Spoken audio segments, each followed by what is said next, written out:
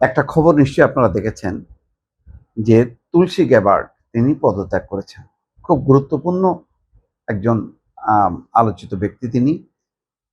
যুক্তরাষ্ট্রের জাতীয় গোয়েন্দা পরিচালকের পদ থেকে তিনি পদত্যাগ করেছেন।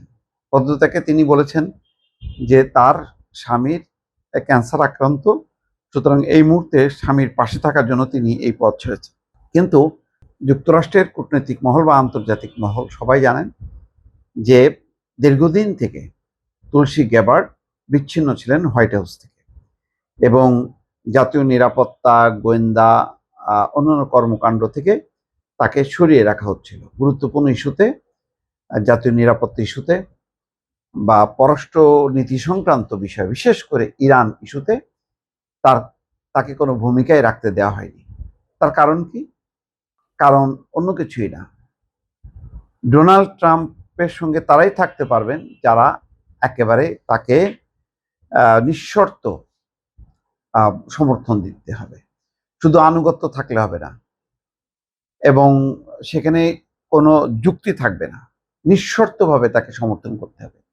একসময় মনে আছে ইলন মাস্কের মতন ব্যক্তিও থাকতে পারেননি, একেবারে তার পাশেই ছিলেন নীতি নির্ধারণী বিষয়ে। সেই ইলন মাস্কও টিকতে পারেননি ডোনাল্ড ট্রাম্পের পাশে। তুলসী গ্যাবার্ডও খুবই গুরুত্বপূর্ণ। বিভিন্ন সময় তার ট্রাম্পের প্রতি যে আনুগত্য, সেই আনুগত্যের নানা বক্তব্য সমালোচনা ঝড় তুলেছে। কিন্তু শেষ পর্যন্ত ইরান ইস্যুতে কি হয়েছিল? ইরান ইস্যুতে ট্রাম্প এমনিতেই বেকায় দেয়। তারপরে তিনি বলেছেন যে তার কাছে গোয়েন্দা সংস্থার রিপোর্ট আছে যে ইরান পারমাণবিক অস্ত্র তৈরি করছে না। এখন ইরানের বিরুদ্ধে যে যুদ্ধ করেছে আমেরিকা এবং ইসরায়েল, তার মূল ইস্যু ছিল হচ্ছে পারমাণবিক, যে ইরান পারমাণবিক অস্ত্র বা বোমা তৈরি করছে। সেই কারণেই যুদ্ধ। সেই যুদ্ধকে যুক্তিহীন করে তোলে যখন তুলসী গ্যাবার্ড জোর দিয়ে বলেছিলেন যে তার কাছে গোয়েন্দা রিপোর্ট আছে যে ইরান পারমাণবিক অস্ত্র তৈরি করছে না। তখন সাংবাদিকদের প্রশ্নের মুখোমুখি হন ডোনাল্ড ট্রাম্প। ডোনাল্ড ট্রাম্প তখন বলেছিলেন যে তুলসী গ্যাবার্ড কি বলেছেন না বলেননি এটা তার কাছে গুরুত্বপূর্ণ না, তার কাছে খবর আছে যে ইরান পারমাণবিক কর্মসূচি একেবারে চূড়ান্ত পর্যায়ে চলে গেছে। তো স্বাভাবিকভাবে তখন থেকেই এটা আরো ৩-৪ মাস আগের কথা, তখন থেকেই কিন্তু ক্ষুব্ধ ডোনাল্ড ট্রাম্প তুলসী গ্যাবার্ডের প্রতি।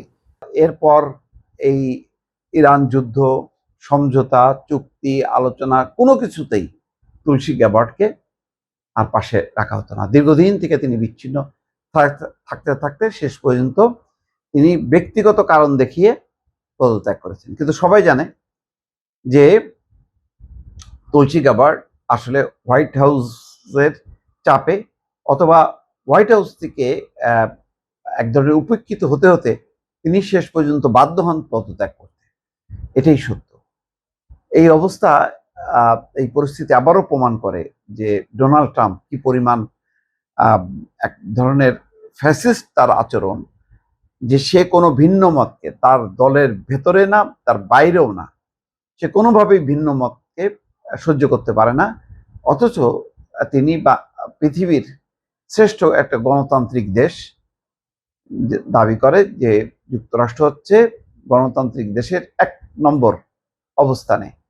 সেই যুক্তরাষ্ট্রে তুলসী গ্যাবার্ডের মতন একজন অনুগত ব্যক্তি, ডোনাল্ড ট্রাম্পের অনুগত ব্যক্তি, তিনি থাকতে পারলেন না, কারণ তিনি নিঃশর্তভাবে তিনি সমর্থন করেননি, যেটা ডোনাল্ড ট্রাম্প সবার কাছ থেকে প্রত্যাশা করেন। এই কারণে ইলন মাস্কের পরে এই তুলসী গ্যাবার্ডের এই পদত্যাগটা আমেরিকা রাজনীতিতে এবং বিশ্ব রাজনীতিতে অন্যতম একটি আলোচ্য ইস্যুতে পরিণত হয়েছে।